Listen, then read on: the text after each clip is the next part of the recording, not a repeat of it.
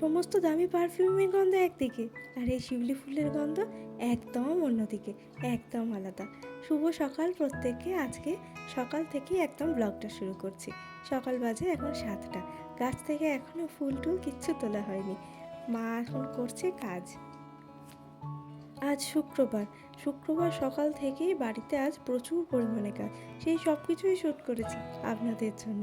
সকাল সকাল বাপি স্টোরে চলে গিয়েছিল। এত সকালে স্টোর থেকে আলু দেয় না, কিন্তু চেনা পরিচিতি থাকার জন্য বাপি স্টোর থেকে আলু নিয়ে চলে এসেছে। 2 বস্তা আলু এখন নিয়ে এসেছে, এখনও 1 বস্তা আনবে, সেটা আবার পরে গিয়ে নিয়ে আসবে। এখন স্টোরে নিয়ম করে দিয়েছে 2 বারের বেশি আলু বের করা যাবে না। যতটুকু আর আলু ছিল, মানে প্রায় 3 বস্তা মতন আলু আছে এখনও, একবারেই বের করে নিয়েছে। কিন্তু কি জানেন তো, এই আলু শেষ পর্যন্ত খাওয়া যায় না।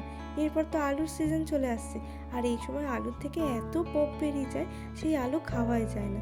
সেও হয় আর এক হয়রানি। পোক ভেঙে ভেঙে যতদিন রাখা যায়, তারপরে যখন আলুগুলো থেকে একেবারেই বড় বড় পোক হয়ে গেলো, গাছ হয়ে যায়, সেই আলুর মধ্যে খাওয়ার আর কিচ্ছু থাকে না।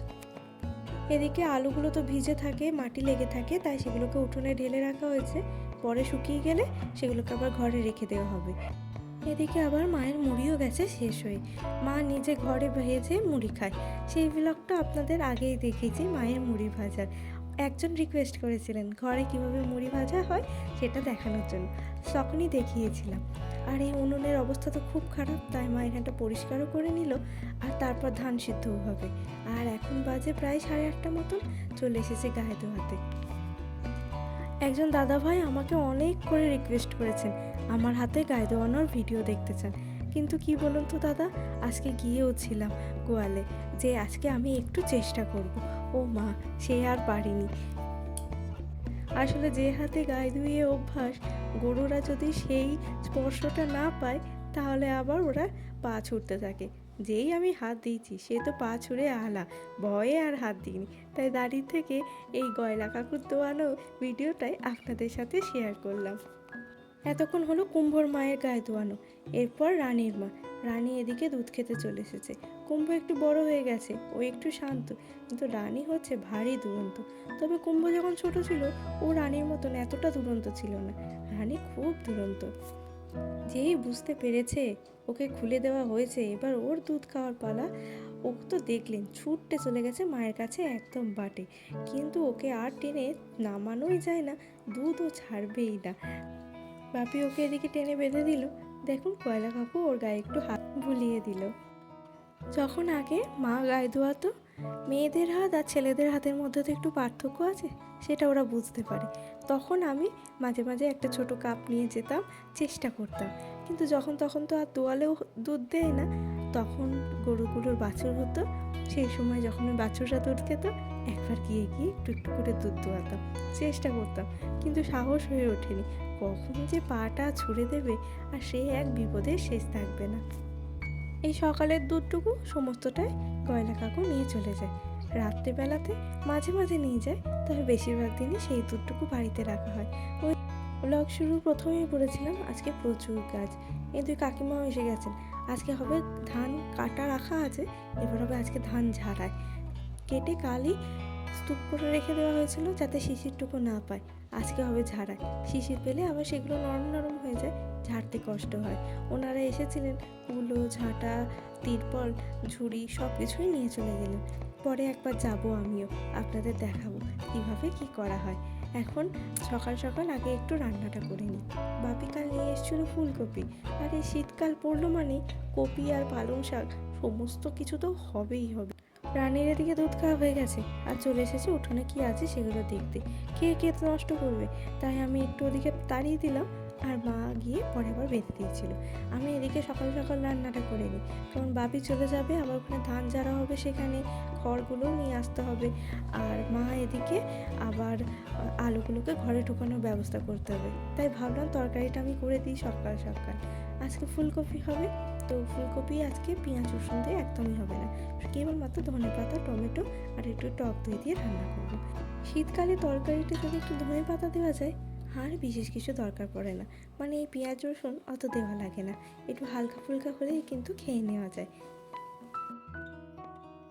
এই আলুগুলো আমাদের চন্দ্রমুখী আলু, চাষের আলুই, আর নিজেদের বাড়িতে খাওয়ার জন্যই চাষ করা হয়। ধান, আলু সব কিছুই কিন্তু নিজেদের খাওয়ার জন্যই চাষ করা হয়। এবারে যে ধানটা চাষ করা হয়েছে সেটা মিনিকিট চাষ করা হয়েছে। এই ধান ভাপিয়ে সেদ্ধ করে চাল করা হয়, আর এই চালের ভাত খেতে কিন্তু খুব ভালো লাগে। কোনো পলিশ থাকে না এতে, মানে বাইরে থেকে কিনে আনা চালের ভাত যেমন ধপধপে সাদা হয়, ততটা তো ধপধপে সাদা হয় না, কোনো পালিশ করা তো থাকে না। সেই জন্য চালের সমস্ত পুষ্টিগুণ কিন্তু থাকে, কিন্তু দেখতে একটু লালচে হয়, একদম সাদা ধপধপে হয় না। আর খেতে ভারী মিষ্টি। বাইরে থেকে বাজার থেকে কিনে আনা চাল খেতে যেমন কোনো স্বাদ লাগে না, তার ভাতটা খুব একটা স্বাদ থাকে না। এই ঘরের তৈরি চালের ভাত, এর স্বাদ কিন্তু আলাদাই। নিরামিষ আলু ফুলকপি দিয়ে তরকারি করেছি, কিন্তু স্বাদ হয়েছিল অপূর্ব।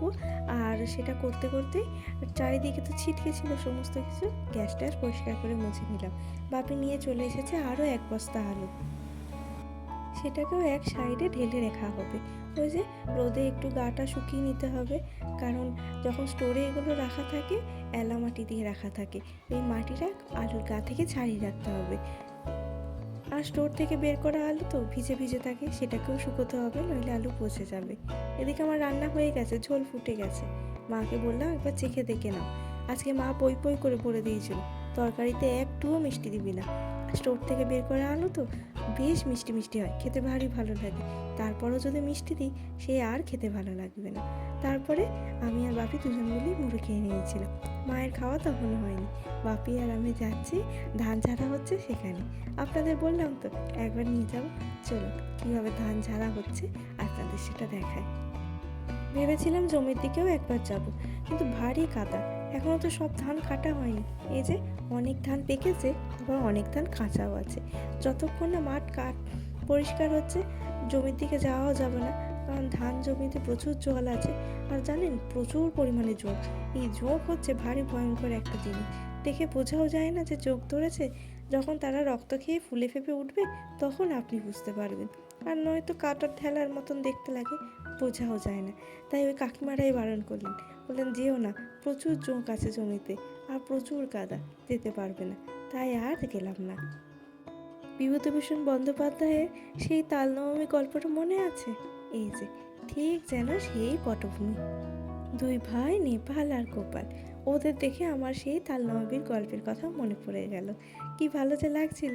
এরা 2 ভাই, এরা এখানেই থাকে, আর এখন স্কুল ছুটি তো মাছ ধরতে বসেছে, ঠিক যেন নেপাল আর গোপাল। ওদের সাথেও খানিকক্ষণ গল্প করলো, ওরা ভারী আনন্দ। বেশ কয়েকটি কই মাছ ধরেছে, সেটাও আমাকে আবার দেখালো। আর বলল এই ছিপে নাকি যে তার 4টা দিচ্ছে ওটা নাকি চিংড়ি মাছ। আরে চিংড়ি মাছ কোথায় পেলি রে? বাবা নিয়ে এসেছে রান্না করার জন্য, আমরা 2টো নিয়ে চলে এসেছি, ভাবুন দেখি। এদিকে যে ধানগুলো ঝাড়া হয়েছে বাপি সেগুলো নিয়ে বাড়ি যাচ্ছে, খড়গুলো নিয়ে বাড়ি যাচ্ছে। এই খড়গুলো গরুতে খাবে। আর এসে দেখি মা তো এই রোদ্দুরের মধ্যে সমস্ত আলু বাছাই করছে, বড় আলু, ছোট আলু, ক্যাট আলু, সমস্ত কিছু বাছাই করে রাখছে। মা বলছে বড় আলুগুলোই আগে খেয়ে নেব, নয়তো সব পোক বেরিয়ে নষ্ট হয়ে যাবে। ছোটোগুলো খেতে খেতে বড়গুলোতে পোক বেরিয়ে যাবে, সে নষ্ট হবে। তার থেকে বরং ছোটো আলুগুলো থাকুক, পোক বেরিয়ে গেলে গরুকে দিয়ে দেবো। আজ আর শ্যুট করা হয়নি, আজ এইটুকু। কেমন লাগলো জানাবেন, ভালো লাগলে একটা লাইক করে কমেন্ট করে দেবেন। আজকের মতন আসি, টাটা। আর এই যে ঘরটা দেখছেন, এটাতে আগে আমরা থাকতাম। আজকের মতন আসি, টাটা।